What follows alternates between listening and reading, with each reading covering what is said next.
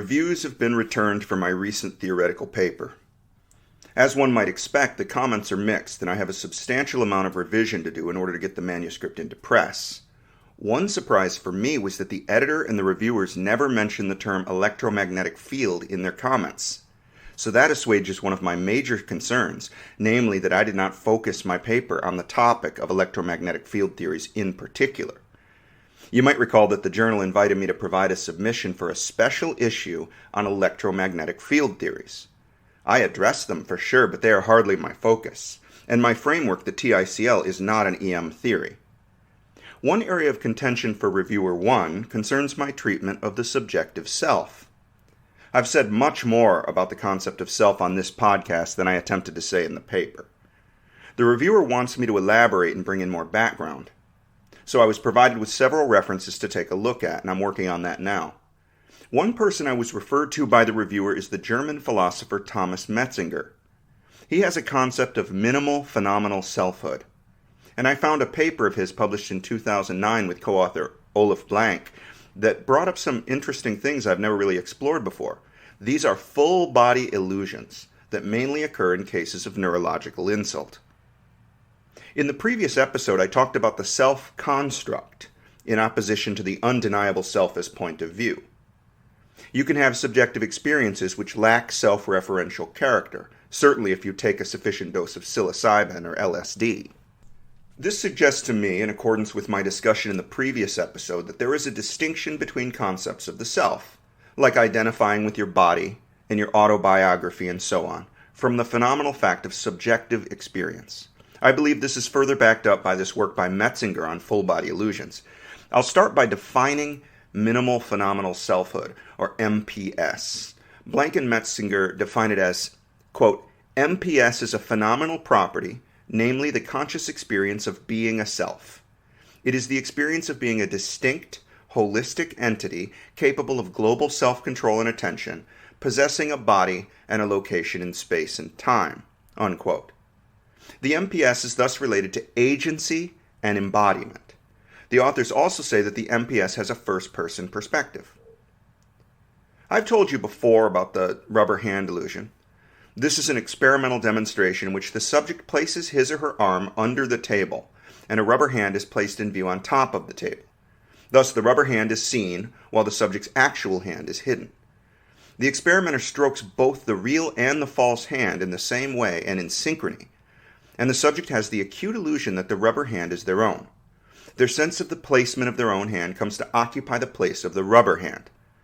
This indicates that visual cues can override sensory ones in terms of body part identification. In light of work by other theorists, it may be that Metzinger's minimal phenomenal self, or MPS, conflates a number of distinguishable features.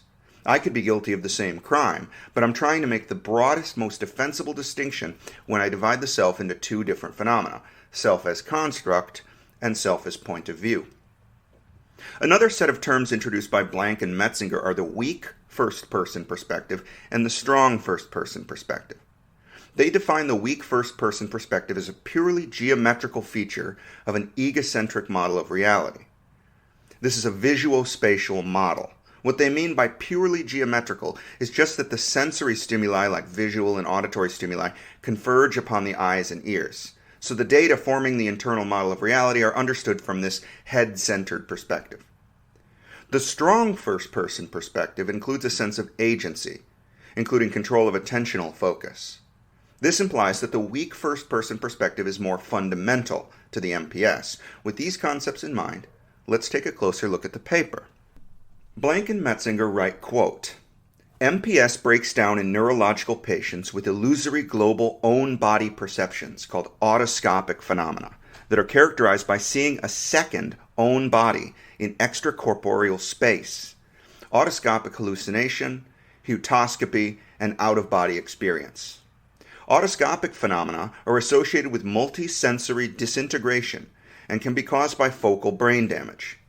Recent neuroanatomical analysis indicated that otoscopic hallucinations are preferentially caused by damage to right parieto-occipital or right temporo-occipital cortex, whereas hotoscopy and out-of-body experience are caused by damage to temporoparietal cortex of the left and the right hemisphere, respectively.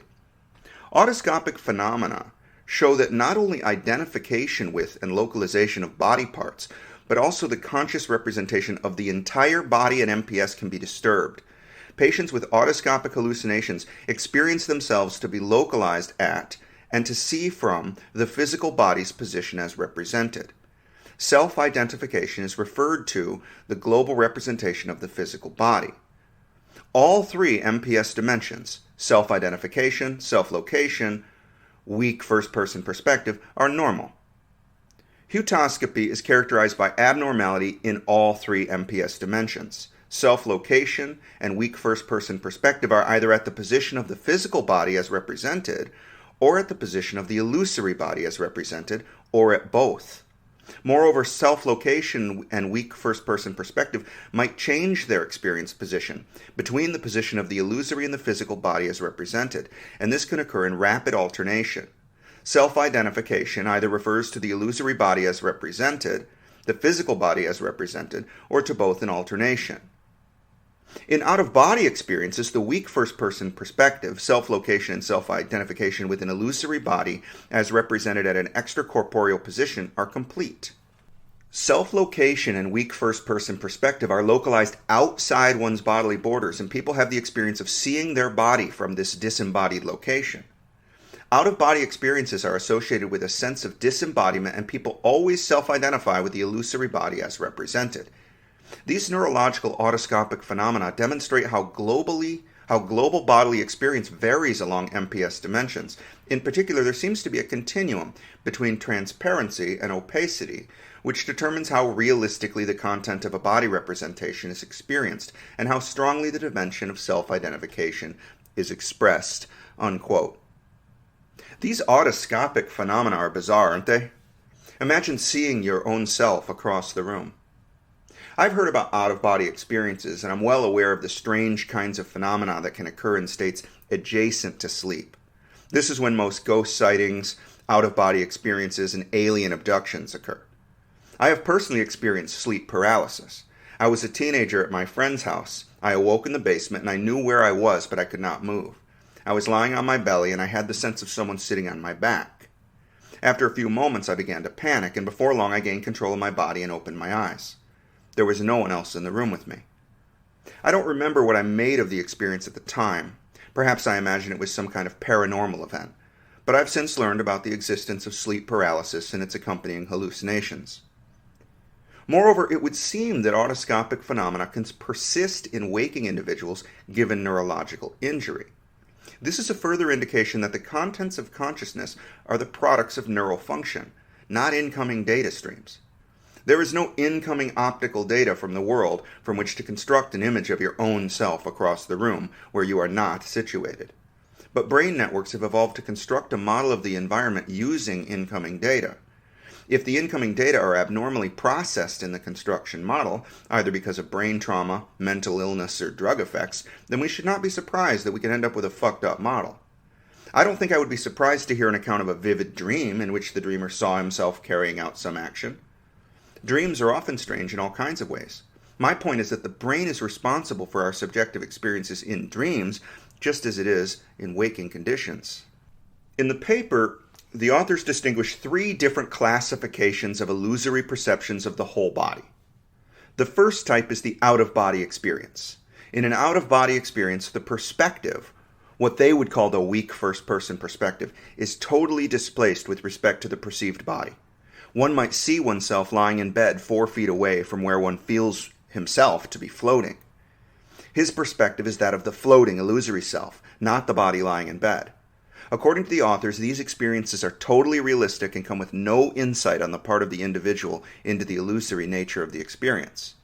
This would explain why people who claim to astral project or otherwise come upon these experiences fully believe during and after the experience that they really have left their body and perceived it, as well as the rest of the environment, from another location. The second type is called an hotoscopic hallucination. In this case, the subject of the illusion is not disembodied. Their weak first-person perspective is normal, but they see an illusory copy of themselves in front of them. The authors say that during these experiences they have the insight that this is some kind of hallucination. The third type of illusion is called Hotoscopy. In this case, the weak first-person perspective is sometimes located as normal within their normal body representation, and it is sometimes localized to the illusory self.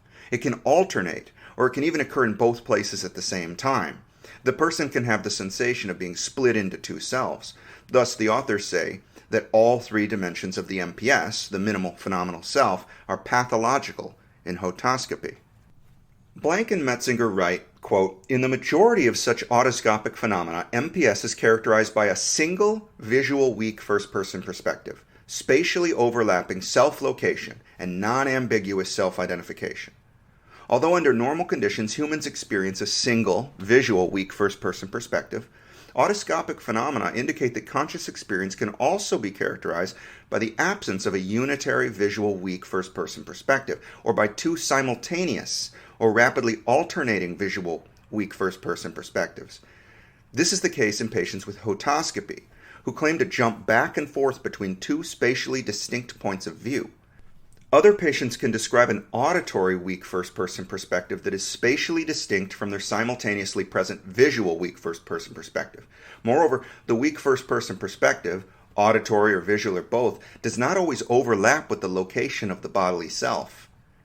The origin of the weak first-person perspective can be spatially dissociated from self-location, as indicated by a recent study using electrical brain stimulation. Especially during Hotoscopy, patients can report to be split in two parts or selves, feeling as if I were two persons or a split personality.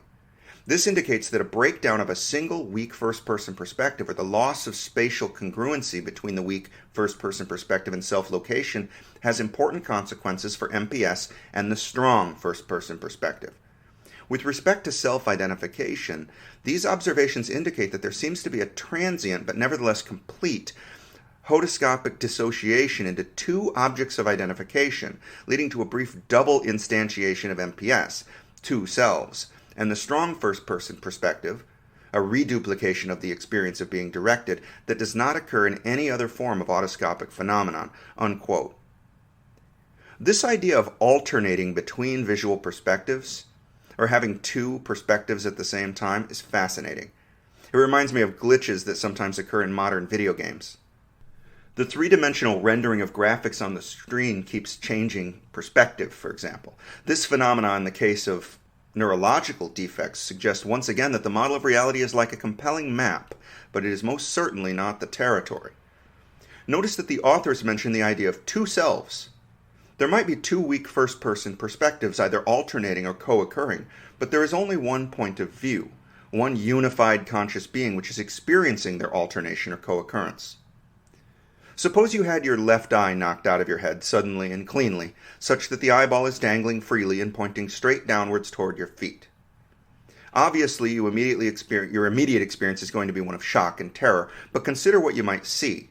Assume that the unhoused eye is functioning normally. Its field of view does not overlap with that of your right eye. You might see an alternation of visual experiences between that of the left eye and that of the right. Or you might see a strange co-occurrence of two visual fields which are not fused together. You might thus have two visual perspectives, but there are not two of you having those perspectives. Blanke and Metzinger go on to talk about experiments in the laboratory that can produce full-body illusions. They write, quote, "By exposing participants to conflicting multisensory bodily cues by means of mirrors, video technology, or simple virtual reality devices, these authors experimentally manipulated MPS. In particular, the presentation of stimuli in virtual reality setups has enabled systematic manipulations of different sensory dimensions, including somatosensory, visual, and perspectival cues." In a study by Langenhager and colleagues, an experimental protocol similar to that of the rubber hand illusion was developed for the full body, a full-body illusion. A video camera with a 3D encoder was placed behind the subject and relayed to a head-mounted display. Tactile stimulation, stroking, was applied on the back, and the visual information related to this stimulation was systematically manipulated by displaying it as either synchronously or asynchronously with the tactile sensation. Questionnaire scores were used to quantify self-identification and perceived body position, or drift, to quantify self-location. When the participants saw their body in front of themselves being stroked synchronously with their own back, they felt as if the virtual body was their own, illusory self-identification, and showed drift toward it, illusory self-location. Both full-body illusion measures were also observed for a fake body, but not, or less so, for a rectangular object. The full-body illusion was abolished during asynchronous stroking. Ehrson used a similar setup but stroked subjects on their chests, hidden from the view of the camera. In this full-body illusion version, subjects saw the synchronous stroking in front of the camera, inducing the experience of being at the position of the camera that was behind the subject's body, illusory self-identification. This shows that with slightly different manipulations of how visual and tactile stroking is applied and projected, MPS can be manipulated in a predictable fashion. Both studies revealed visual capture by showing that the location of the visual stroking dominates over the location of tactile stroking, leading in both cases to abnormal self-identification, and in the study of Langenhager et al., also to abnormal self-location. Accordingly, abnormal self-identification coincided with the location of the visual information of the stroking and corresponds either to the visual body representation, virtual body, or to the origin of the visual weak first-person perspective, the camera. Although more experimental work is needed, these data indicate that the experience of self-location in terms of MPS can be separated experimentally from the experience of the spatial origin of the visual weak first-person perspective and from the location of the visual body.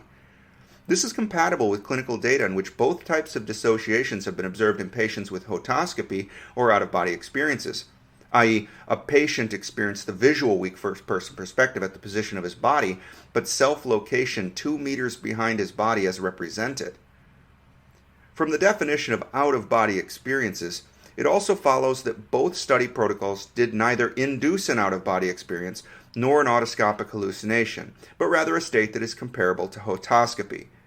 Both study protocols enabled the manipulation of the key MPS dimensions, self-identification, self-location, or weak first-person perspective, yet neither of them managed to manipulate what we have called the strong first-person perspective that is disturbed in hotoscopy and out-of-body experiences. We predict that methodological approaches using multiple audio-visual spatial perspectives, multiple and spatially incongruent body positions might lead to experimental effects beyond those described earlier and also involve the strong first-person perspective, maybe even aspects of the cognitive first-person perspective," unquote. Recall from the previous episode that Millier et al. Described the self as a multi-dimensional construct. These dimensions are 1. Narrative or autobiographical aspects of the self, including self-related thoughts and mental time travel, and 2. Embodied aspects of self coming from sensory perception. We see from the above neurological cases and the subsequent examples of experimental illusions that the second dimension of the self-construct, the embodied aspect, can be disrupted without eliminating consciousness of contents from a unified point of view. I am one thing. I am a unified mind.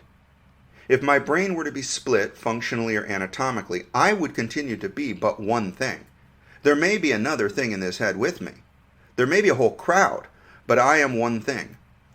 Even in the case of hotoscopy, which is difficult but not impossible to try to imagine, I recognize that I would continue to be one thing. I might feel like I am one unified consciousness which contains two self-constructs, two bodies, or two visual scenes, but I am undeniably one thing. The same is true as we have seen in the case of high-dose psychedelic experiences, in which there is a sense of ego loss or selflessness. I may not under such conditions identify with the body, with the past and future story of this person, or with any other normal aspect of being human. It might be that having undone the networks that produce the self-construct, or having temporarily overcome them, I am participating in an understanding of conscious being that is otherwise walled off from me. Such experiences could be closer to reality than the ones we are having right now.